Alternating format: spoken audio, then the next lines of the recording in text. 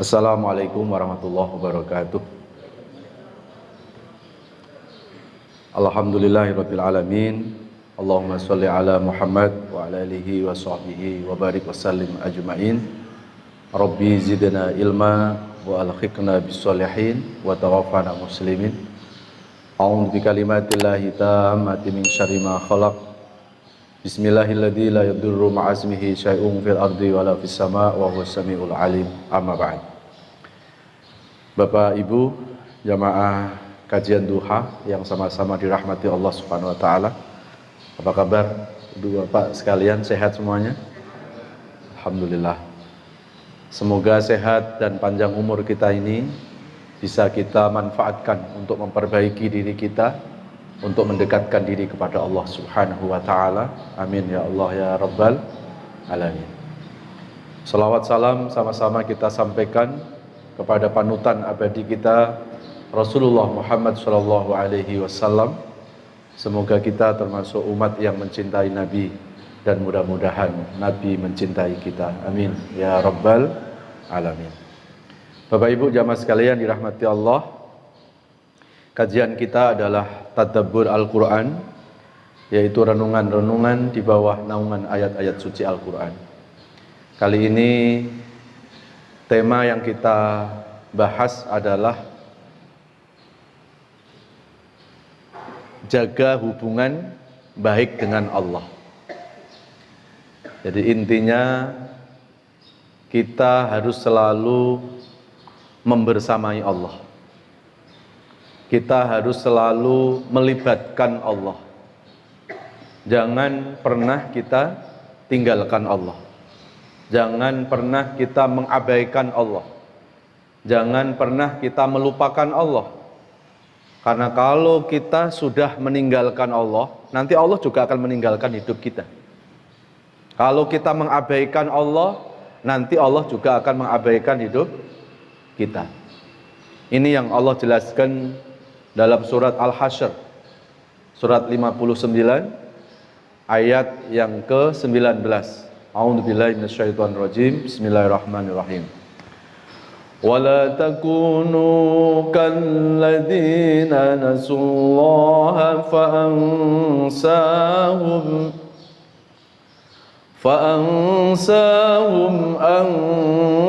anfusahum ulaika humul fasiqun.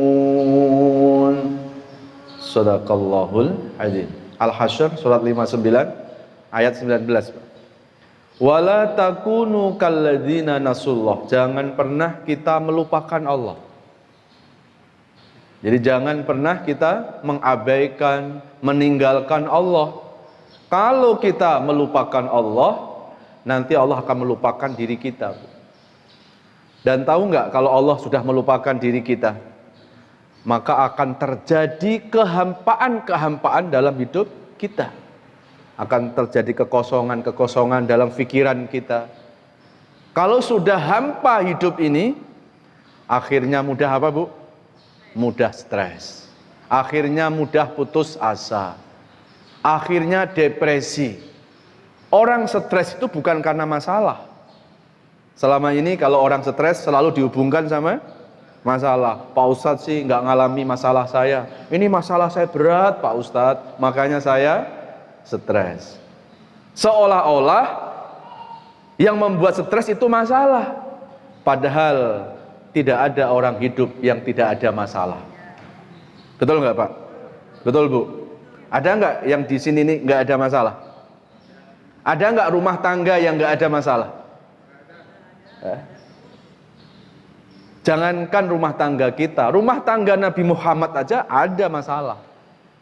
Ya, kan pernah Rasulullah pisah ranjang sama istrinya Hafsah, putri dari Umar bin Khattab, tapi balik lagi, hanya cuma untuk cooling down saja. Ya. Nah, rumah tangga yang hebat bukan rumah tangga yang tak ada masalah, tetapi rumah tangga yang hebat adalah rumah tangga yang mampu melewati masalah. Nah, jadi jangan pernah salahkan masalah, Bu.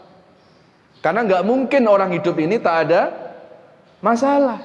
Jangankan kita masih hidup, kita sudah meninggal saja, Pak, kita masih meninggalkan masalah. ya, ninggalin utang, akhirnya bermasalah. Ya, sudah meninggal saja kita masih ninggalin masalah buat orang lain.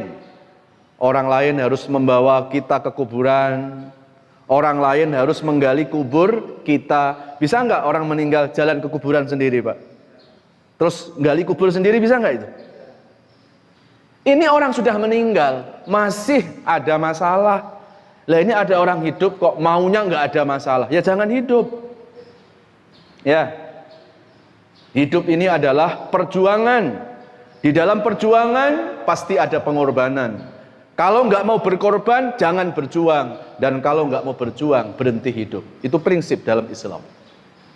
Ya, hidup ini Allah desain, Allah buat dengan berbagai macam masalah, dengan berbagai macam ujian, Bu. Ya, ini yang Allah jelaskan dalam surat Al-Mulk.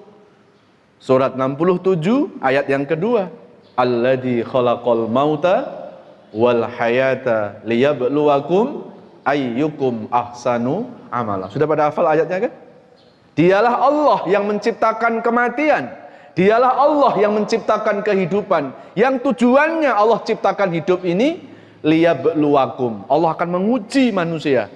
Apa tujuannya ujian itu? Liyabluwakum ayyukum ahsanu amala. Allah kepengin tahu mana yang benar-benar beriman dan mana yang pura-pura beriman. Kalau benar-benar beriman, nggak akan luntur Bu imannya walaupun menghadapi ujian. Kalau benar-benar orang baik, nggak akan luntur kebaikannya walaupun menghadapi ujian yang berat. Tetapi kalau ada orang ngaku baik, ngaku beriman, begitu diuji oleh Allah, ternyata luntur imannya, luntur kebaikannya, ya Allah pasti akan mengatakan, ini berarti baru pura-pura beriman, belum beriman yang sesungguhnya. Paham Bu? Paham? Apaan? Ya? Paham, apaan? Apa ya? Ya itu aja udah. Ya. Jangankan kelasnya kita orang biasa, Pak. Ada enggak Nabi dan Rasul yang hidupnya dianakmaskan oleh Allah tanpa ujian? Coba buka sejarah. Ada enggak Nabi dan Rasul yang hidupnya itu dimanjakan Allah tanpa masalah? Ada? Enggak ada. Semua Nabi diuji, semua Rasul diuji, ya apalagi kita, Pak. Ya. Inilah yang dijelaskan oleh Rasulullah dalam sebuah hadis yang sahih, inna asyaddal bala al-anbiya, sumal aulia, sumal ulama, sumal adna bil adna. Inna asyaddal bala, ujian yang paling berat, ujiannya siapa? Al-anbiya, para nabi, Pak. Setelah Nabi siapa Bu? Summal aulia, para wali. Ya, mudah-mudahan kita termasuk wali. Ya, kalaupun nggak wali Allah, insya Allah wali murid. Ya. Setelah wali siapa? Summal ulama, para ulama. Baru setelah itu Bu, ini yang terakhir yang bontot. Summal adna bil adna. Baru setelah itu Allah menempatkan ujian kita ini, ujian yang paling bontot, Pak. Ujian yang paling ringan. Kenapa ada orang diuji dengan ujian yang berat? Bisa jadi karena kelas imannya kelas berat. Kenapa ada orang diuji dengan ujian yang biasa-biasa? Bisa jadi karena kelas imannya juga kelasnya kelas biasa. Ya. Ada pepatah, semakin pohon itu tinggi, semakin kenceng angin yang menerpanya. Kalau nggak mau kena angin yang kenceng, jangan jadi pohon yang tinggi. Jadi pohon yang rendah saja. Apa itu Bu? Toge, apalagi? Rumput. Itu nggak akan kena angin Pak. Tapi posisinya nggak pernah tinggi. Posisinya selalu di bawah, diinjak-injak oleh kaki manusia. Ya, jamaah sekalian yang dirahmati Allah. Maka dalam kondisi apapun Bu, jangan pernah tinggalkan Allah. Ya, kita harus selalu membersamai Allah. Saya mau tanya sama Bapak Ibu, pernah punya anak kecil ya Bu ya? Kalau kita punya anak kecil Pak, coba kalau didekap sama ibunya, tenang nggak anak kecil itu? Ketika anak kecil ditanya, kenapa kok kamu nyaman, kamu tenang? Kata anak kecil, karena aku dalam dekapan ibuku. Kalau seorang anak dalam dekapan ibunya saja mendapatkan ketenangan, apalagi seorang hamba dalam dekapannya Allah Subhanahu wa ta'ala. Ya, maka kalau ada orang menghadapi masalah stres, depresi, putus asa, itu bukan salah masalahnya, Pak. Jangan-jangan imannya yang masih bermasalah. Ya. Atau jangan-jangan karena kita yang salah melarikan masalah. Jadi ada dua itu faktornya, Bu. Ada orang ngaku beriman, sholatnya rajin, ngajinya rajin. Ya, ngaji mulai jam 8, datangnya sudah dari jam 5 gitu kan. Saking rajinnya, tetapi apa? Menghadapi masalah kok stres. Menghadapi masalah putus asa, depresi. Jangan pernah salahkan masalah. Jangan-jangan kita yang salah dalam membawa masalah, Bu. Kita selalu membawa masalah itu ke pikiran kita, ke akal kita, ke perasaan kita. Sakitnya tuh, nah ini, Bu. Setiap masalah larinya ke akal. Ya lama-lama lelah lah, Pak. Masuk akal suruh melawan takdir Allah? Nggak mungkin bisa akal melawan ketetapan Allah. Maka yang paling penting adalah ketika ada masalah, kita kembalikan kepada Allah yang menurunkan masalah. Yang membuat masalah Allah, yang membuat hidup Allah. Maka kembalikan semua persoalan itu kepada Allah yang membuat hidup ini. Ini sama nih, Pak. Masjid ini yang bangun siapa? Tukang kan? Yang membuat bangunan ini adalah tukang. Begitu ada masalah dengan bangunan ini, larinya kemana, Bu? Larinya kemana? Ke tukang. Ya, jangan urusan bangunan larinya ke Pak Ustadz. Nggak nyambung kan? Tolong Pak Ustadz datang ke Masjid Bani Umar, Pak Ustadz. Itu genteng pada bocor. Tolong Pak Ustadz bacain surat Yasin 41 kali, Pak Ustadz. Itu sampai bibirnya apa? Doer nggak selesai, Bu. Udah jelas yang membuat bangunan itu tukang. Ya begitu ada masalah dengan bangunan, larinya ke tukang. Yang membuat bangunan pasti lebih tahu persoalan-persoalan bangunan. Apa bedanya hidup ini yang membuat Allah? Kenapa kita harus kembali ke Allah? Ya karena yang membuat hidup Allah, pasti Allah lebih tahu tentang solusi-solusi hidup itu. Paham gak, Bu? Paham ya? Kok pada bengong, kenapa, Bu? Ya. Jadi ketika ada persoalan hidup, sering yang kita baca dalam sholat itu, Bu. Qul inna sholati wa nusuki wa mahyaya wa mamati lillahi rabbil alamin. Ini sering kita baca. Tapi ketika ada masalah, kemana bacaan itu, Bu? Ya Allah, hidupku, matiku, sholatku, ibadahku, aku serahkan kepadamu. Ketika ada masalah, diserahkan kemana masalah itu, Pak? Padahal saat sholat, kita berikrar, hidup dan matiku aku serahkan kepadamu. Itu harusnya yang kita ingat ketika kita menghadapi persoalan-persoalan hidup kita. Ya, maka jangan pernah kita tinggalkan Allah. Kita selalu membersamai Allah dalam kondisi senang, dalam kondisi susah, dalam kondisi sendiri, dalam kondisi banyak orang. Saat tanggal tua, saat tanggal muda, saat senang, saat sedih, kita harus merasa dihadiri oleh Allah. Insya Allah, kalau kita selalu membersamai Allah, apapun persoalan hidup kita, pasti akan ada jalan keluarnya, Pak. Ya. Coba kita buka lagi ya. Sekarang surat Al-Baqarah 112. A'udzu billahi minasyaitonir rajim. Bismillahirrahmanirrahim.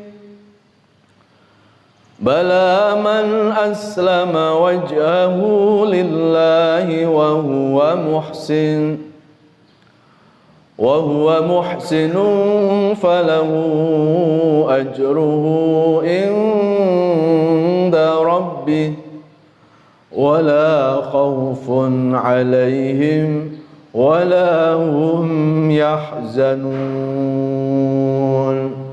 Shadaqallahul adzim. Coba renungi ayat ini. Surat Al-Baqarah 112. Ya, insya Allah kalau kita ingat ayat ini, semoga hidup kita tidak mudah stres, Bu. Ya, coba dilihat. Bala man aslama wajhahu lillah. Tidak, barang siapa yang hidupnya selalu menyandarkan kepada Allah. Barang siapa yang selalu melibatkan Allah, membersamai Allah. Yang pertama ini ya. Yang kedua apa? Wahuwa muhsin. Kemudian diikuti dengan perbuatan yang baik. Dua kuncinya, Bu. Kita selalu berusaha untuk membersamai Allah. Kemudian yang kedua, warnai hidup ini dengan banyak berbuat kebaikan. Kalau kita nggak bisa membahagiakan orang lain, jangan menyusahkan. Kalau kita nggak bisa menolong orang lain, jangan menyempitkan hidupnya orang lain. Kenapa kita disuruh berbuat baik kepada orang lain? Kebaikan itu akan berbanding lurus dengan kebahagiaan hidup kita. Rumusnya begitu, Pak. Jadi kalau kita selalu minta, ya Allah berikan ketenangan hidup, ya Allah. Ternyata ketenangan hidup itu ada dalam kebaikan-kebaikan kita. Dan dosa sebaliknya. Kalau kebaikan berbanding lurus dengan kebahagiaan, maka dosa itu berbanding lurus dengan kesengsaraan. Ada enggak orang berdosa hidupnya tenang, Bu? Ada enggak seorang pembunuh tenang hidupnya? Allah tidak mungkin membahagiakan manusia dengan dosa. Allah tidak mungkin membahagiakan manusia dengan zina, dengan korupsi, dengan narkoba. Walaupun dosa-dosa itu ada kenikmatannya, namun kenikmatan berdosa tidak sebanding dengan siksa Allah yang abadi selama-lamanya. Ada kenikmatannya, korupsi cepat kaya, zina kenikmatannya ada, tapi kenikmatan itu kenikmatan yang semu, yang tidak sebanding dengan kenistaannya.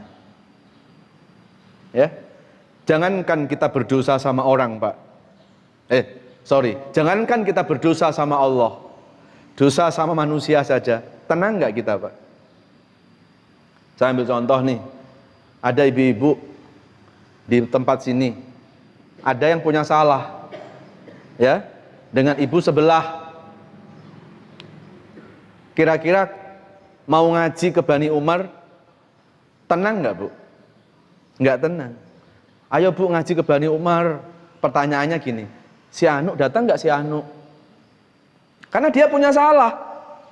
Dibilang, oh nggak datang Bu, bener nggak? Bener dia nggak datang. Begitu ibu itu datang, ternyata orang itu datang. Perasaannya gimana coba? Itu nunduk terus, nggak tenang. Kenapa yang lain tenang, kok dia nggak tenang? Karena ada kesalahan. Itu contoh kesalahan yang kita lakukan kepada manusia. Bagaimana kalau kita berbuat dosa kepada Allah Subhanahu wa ta'ala? Atau contoh yang paling sederhana deh, ibu-ibu yang rumahnya jauh dari sini bawa kendaraan, umpamanya ini, di tengah jalan ibu ketakutan, ya, ditanya, kenapa ibu takut?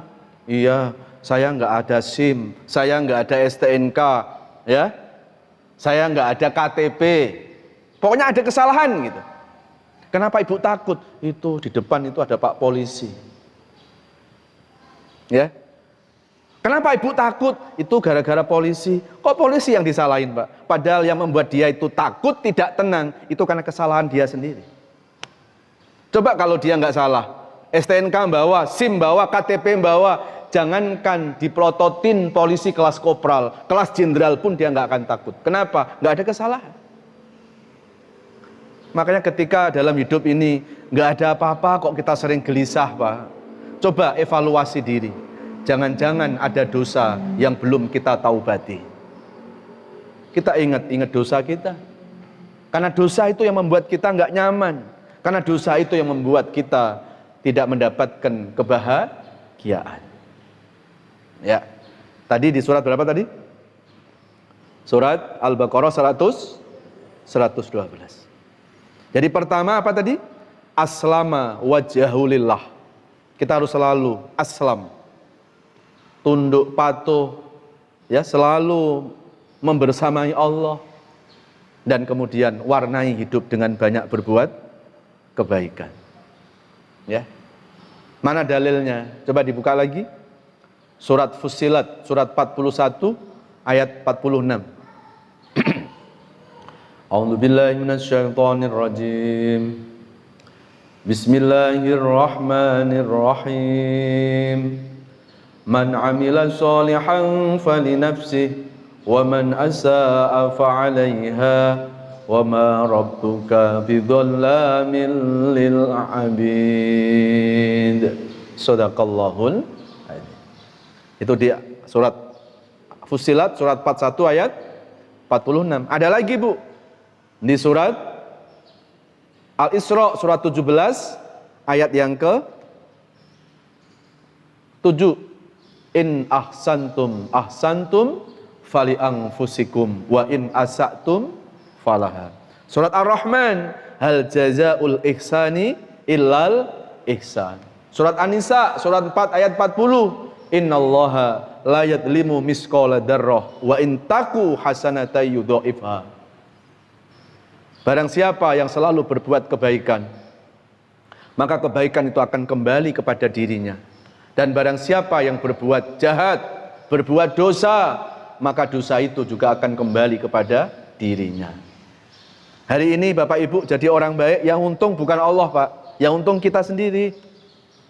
Bapak Ibu sekarang datang ke pengajian, yang untung bukan Allah.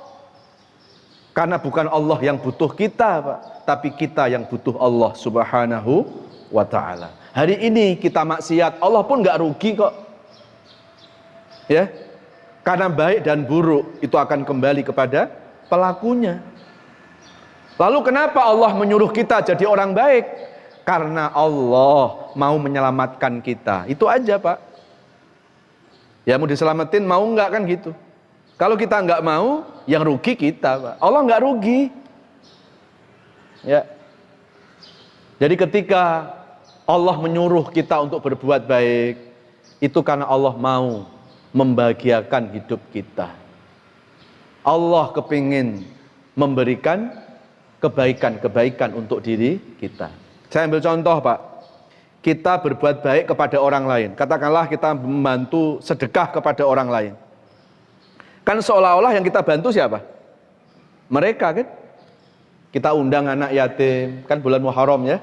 Terus kita santuni anak yatim itu.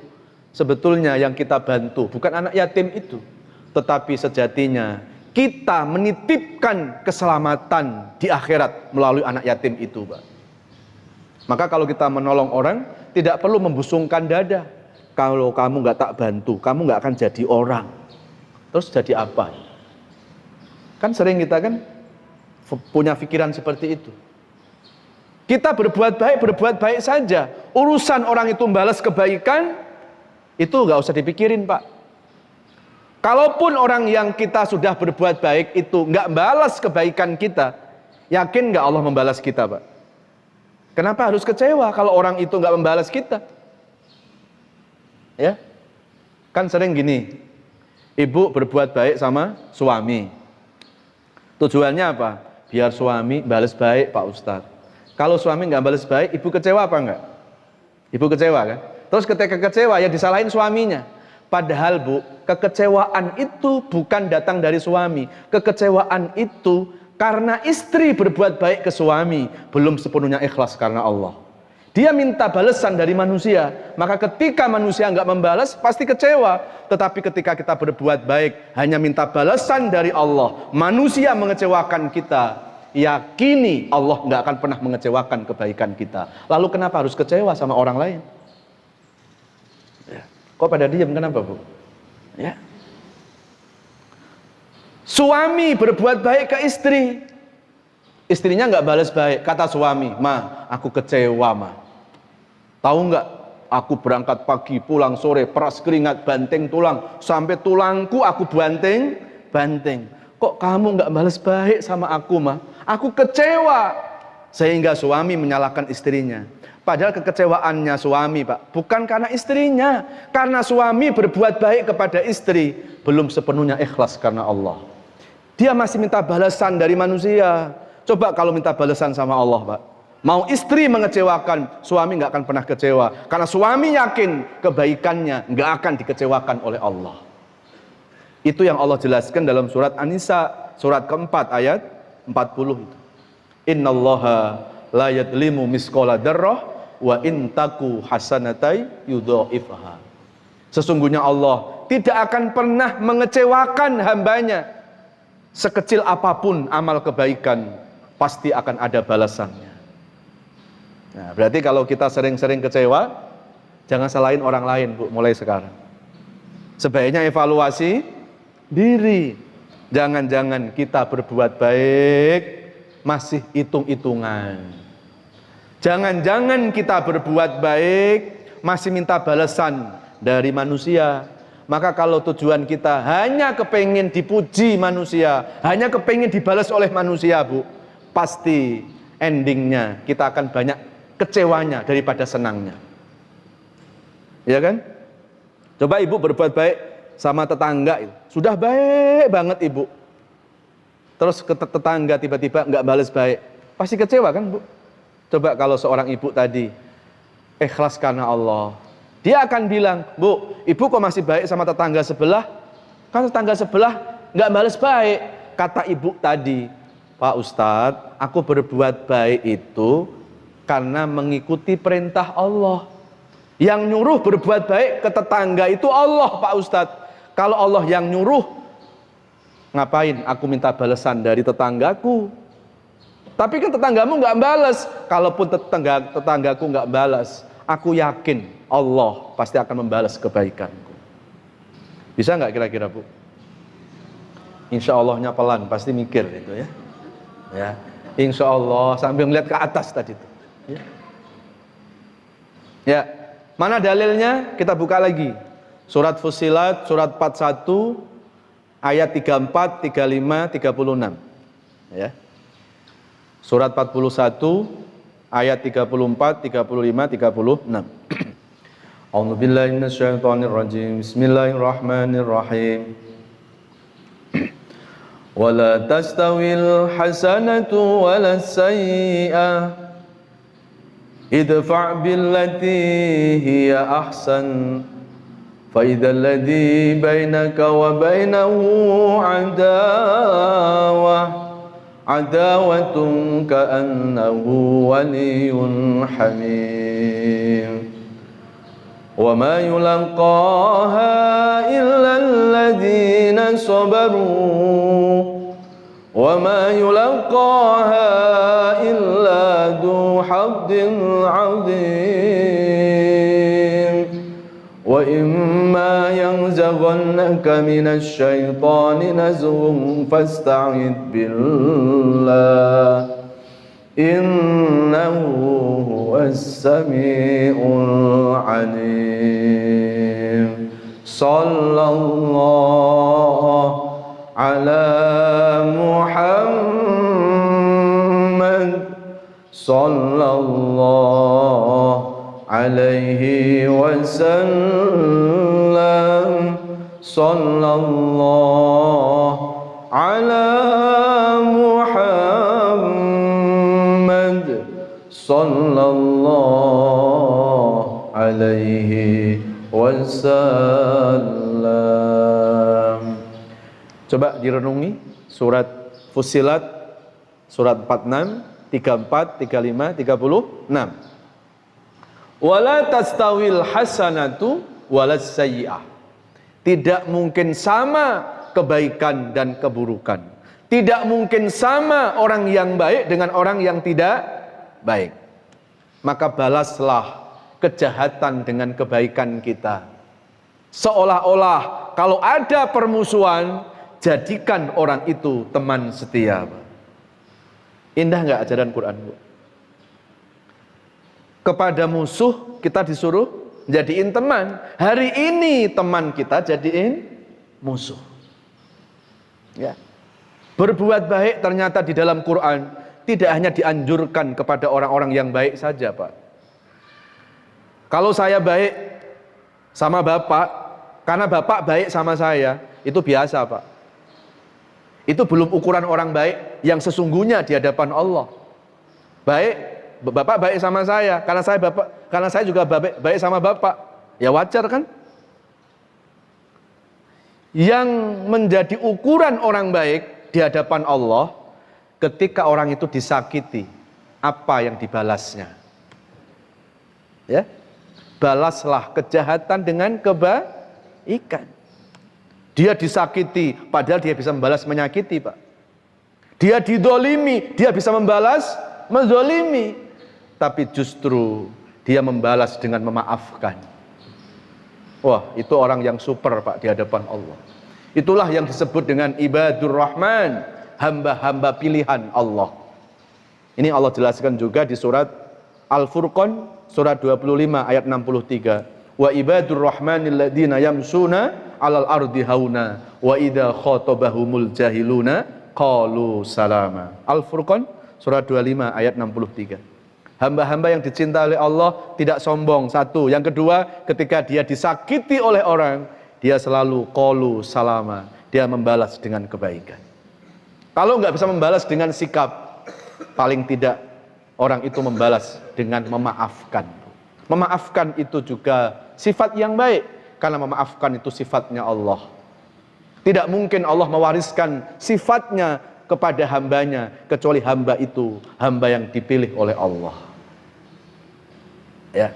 Maka kalau kita buka surat Fussilat ayat 34 tadi, kayaknya sedih ya, Pak, kalau tiba-tiba Islam yang begitu indah distigmakan dengan agama radikal, agama kekerasan, agama teror, seolah-olah Islam itu membolehkan untuk melakukan kekerasan. Ya.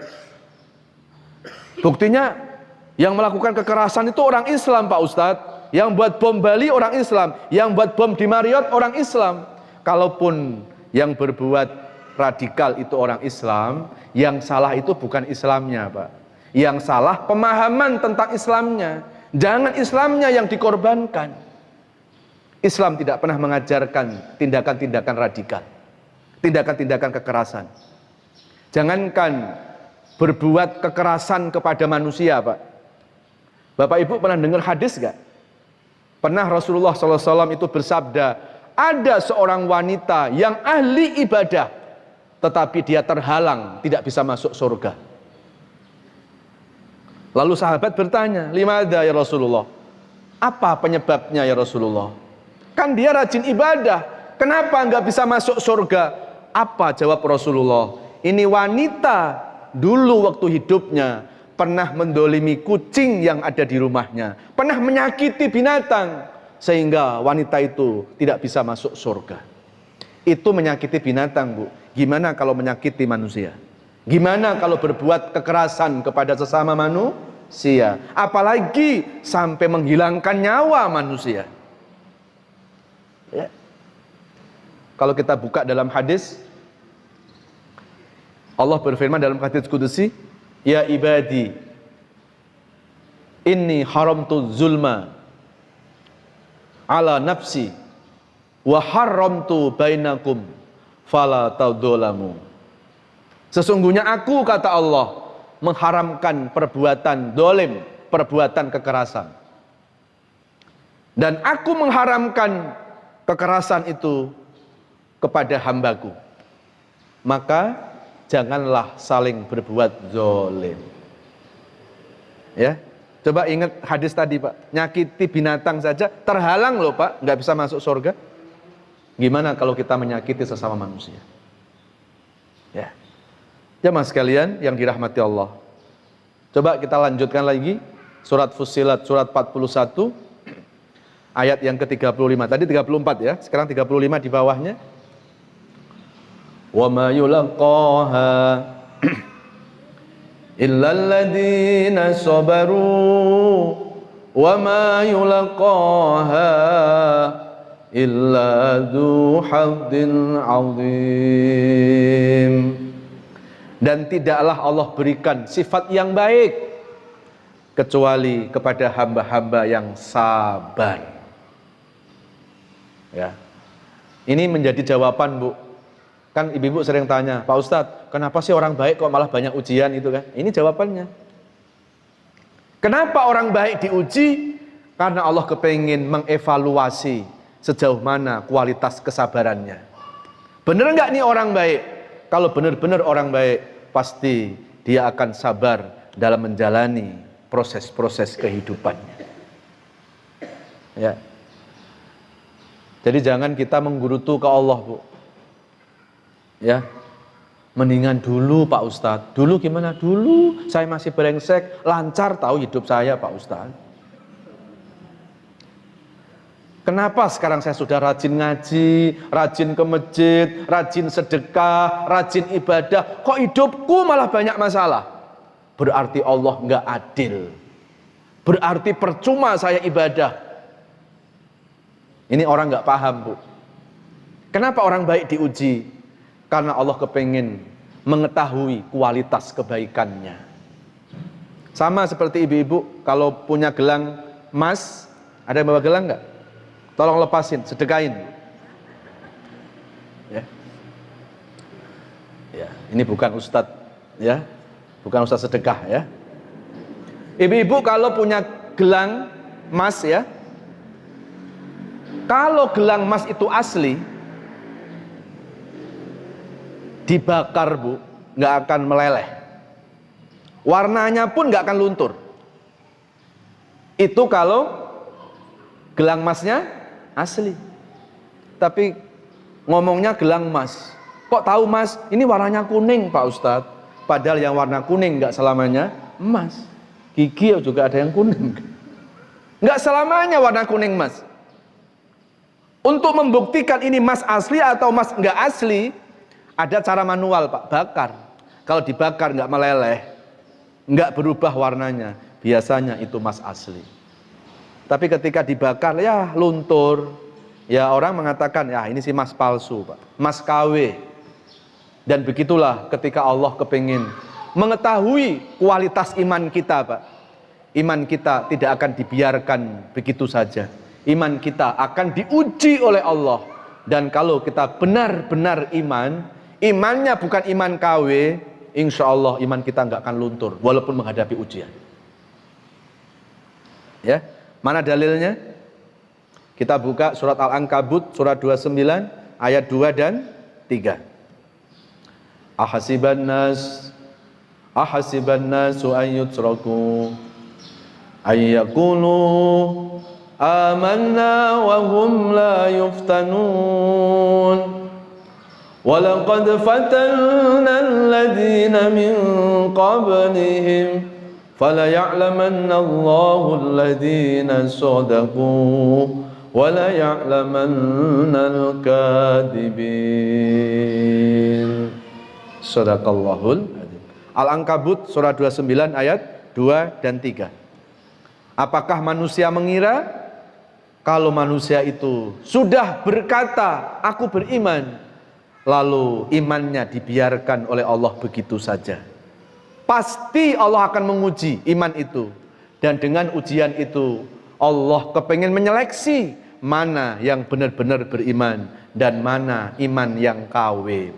Kalau imannya KW, surganya juga surga KW.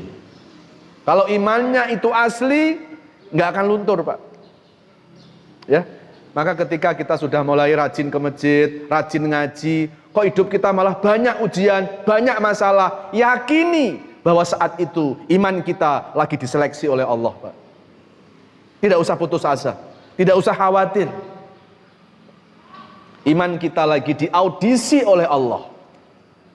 Ya, kenapa kok iman kita diuji? Mau dinaikkan kelas, Pak? Mau apa? Mau dinaikkan apa? Kelas.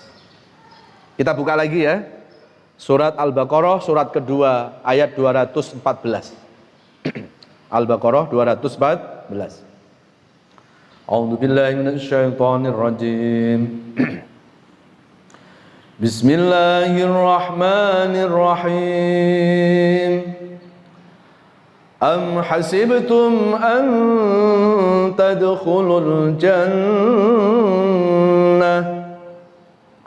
walamma ya'tikum masalul ladina khalaw min qablikum massathumul ba'sa'u wad-dharra'u وزلزلوا حتى يقول الرسول والذين معه متى نصر الله ألا إن نصر الله قريب صدق الله العظيم. Al-Baqarah 214. Am hasibtum an tadkhulul jannah. Kalau pakai terjemah bebas begini Pak, hei orang beriman, jangan muluk-muluk kalian kepingin masuk surga sebelum kalian diuji dan sebelum kalian melewati ujian dengan kesabaran. Berarti masuk surga nggak cukup sholat tok Pak. Masuk surga nggak cukup ngaji saja.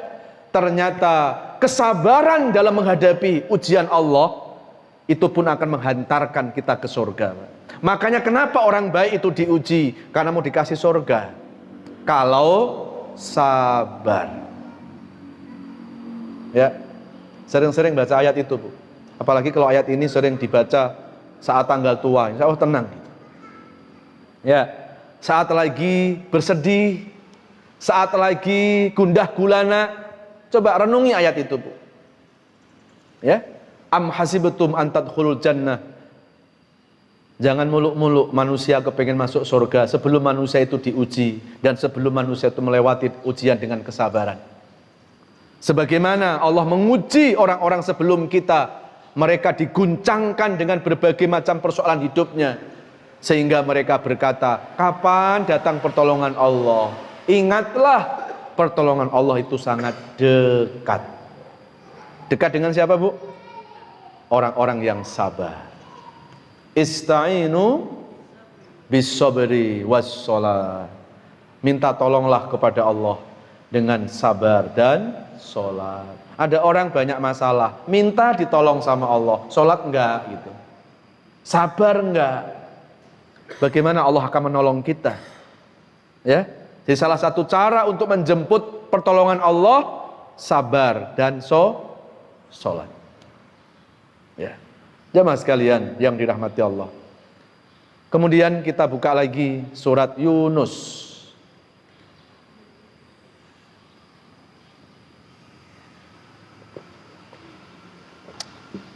Surat 10 ayat 62, 63, 64. A'udzubillahi minasyaitonirrajim. Bismillahirrahmanirrahim. Ala inna awliya Allahi la khawfun alaihim wa la hum yahzanun alladhina amanu wa kanu yattaqun lahumul bushra fil hayatid dunya wa fil akhirah la tabdila li kalimatillah dzalika huwal fawzul azim. Shadaqallahul azim. Yunus surat 10 62 63 64. Ingatlah sesungguhnya kekasih-kekasih Allah. Semoga kita termasuk di dalamnya. Amin. Siapa kekasih Allah itu? Ini ciri-cirinya. La khaufun alaihim. Tidak pernah dihantui ketakutan dalam menghadapi hidup. Ngapain orang beriman harus takut menghadapi hidup? Hidup sudah diatur oleh Allah. Kita manusia tinggal jalani saja. Kita nggak bisa mengatur Allah. Kita nggak bisa memaksa Allah untuk mengikuti kemauan kita. Karena hidup ini memang bukan mau-maunya kita. Hidup ini hakikatnya mengikuti apa yang dimaui oleh Allah. Sampai kapan? Sampai Allah yang merubah ketetapannya sendiri. Jadi nggak usah kita mendikte Allah Pak. Ya Allah, kapan sih COVID ini berakhir? Nggak usah Pak. Serahkan ke Allah saja. Capek nanti kita. Ya. Sampai kapan hidupku begini? Nggak usah juga. sampai Allah yang akan merubah ketetapannya sendiri. Qul la yusibana illa ma kataballahu lana wa maulana wa 'alallahi falyatawakkalul mu'minun. At-Taubah surat 9 ayat 51. Ya. Dan rencana Allah, kemauan Allah tidak mungkin lebih jelek dari kemauannya manusia. Ya. Ada orang minta kaya, nggak dikasih kaya. Menurut orang itu apa, Pak? Allah nggak adil nih. Masa aku udah minta kaya, sudah kerja keras nggak kaya-kaya? Padahal kenapa orang ini nggak dikasih kaya? Padahal minta kaya. Karena Allah tahu, Pak, ini orang kalau dikasih kaya bakal nggak bener. Ya, ini orang kalau dikasih kaya bakal nggak baik, bakal sombong. Jangankan kayanya, miskinnya aja sombong. Lah kalau miskinnya sombong, dikasih kaya gimana kira-kira, Pak? Maka ketika Allah nggak ngasih kekayaan, itu sebetulnya cara Allah untuk menyelamatkan dia supaya nggak sombong tadi. Cuma kita kan berpikirnya lain. Kok saya minta kaya nggak dikasih kaya, berarti Allah nggak adil gitu kan? Padahal Allah itu punya rencana, Pak. Dan rencana Allah nggak mungkin lebih jelek dari rencananya manusia. Tapi ada lagi orang nggak pernah minta kaya, tetap kaya, ada kan, Bu?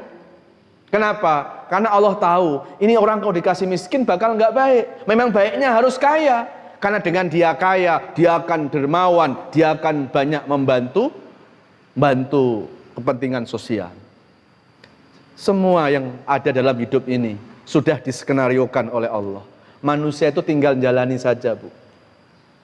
Ya, jalani saja. Sampai nanti Allah yang menetapkan perubahannya itu. Manusia hanya wajib berusaha. Manusia nggak wajib berhasil, Pak. Berhasil itu haknya Allah.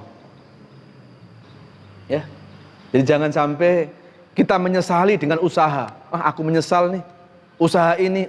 Nggak perlu, Pak. Usaha itu kewajiban kita. Hasilnya kita kembalikan kepada Allah. Ya. Nah, mudah-mudahan setiap kita mendapatkan ujian, semoga Allah selalu memberikan bimbingan-bimbingan kebaikan kepada kita. Amin ya Allah ya Rabbal. Saya kira itu kajian kita pada pagi ini. Semoga apa yang saya sampaikan ada manfaatnya. Mari kita berdoa kepada Allah. A'udzubillahi minasyaitonirrajim. Bismillahirrahmanirrahim. Alhamdulillahirabbil alamin. Allahumma shalli ala Muhammad wa ala alihi wa sahbihi wa barik wa sallim ajma'in. Ya Allah, kami bersyukur kepadamu ya Allah. Engkau masih memberikan kesempatan kepada kami untuk menikmati indahnya hidup ini ya Allah. Jadikan ya Allah sisa-sisa hidup ini menjadi hidup yang jauh lebih baik ya Allah. Hidup yang lebih berkah, hidup yang penuh ibadah, hidup yang mampu memperbaiki diri ya Allah. Ya Allah, bila hidup ke depan kami ini masih membawa kebaikan-kebaikan ya Allah, mohon panjangkan usia kami ya Allah. Berikan kesehatan jasmani rohani kami ya Allah. Angkat seluruh penyakit-penyakit kami ya Allah, baik penyakit fisik maupun penyakit hati yang susah diobati ya Allah. Ya Allah, berikan keikhlasan dan kesabaran dalam menjalani sisa-sisa hidup ini ya Allah. Ya Allah, dari mulai hari ini sampai Engkau mencabut nyawa kami, tetapkan iman dan Islam kami ya Allah, sehingga hanya nama-Mu yang kami sebut ketika kami menghembuskan nafas terakhir kami ya Allah. Rabbana taqabbal du'aana innaka antas samiul alim wa tub 'alaina innaka antat tawwabur rahim. Walhamdulillahi rabbil alamin. Sallallahu ala Muhammad sallallahu alaihi wasallam. Sallallahu ala Muhammad sallallahu alaihi wasallam. Sallallahu ala Muhammad sallallahu alaihi wasallam. Sallallahu ala Muhammad. Sallallahu alaihi wasallam. Anta syamsun anta badrun anta nurun fawqa nuri anta iksiru wa ghani anta misbahus suduri sallallahu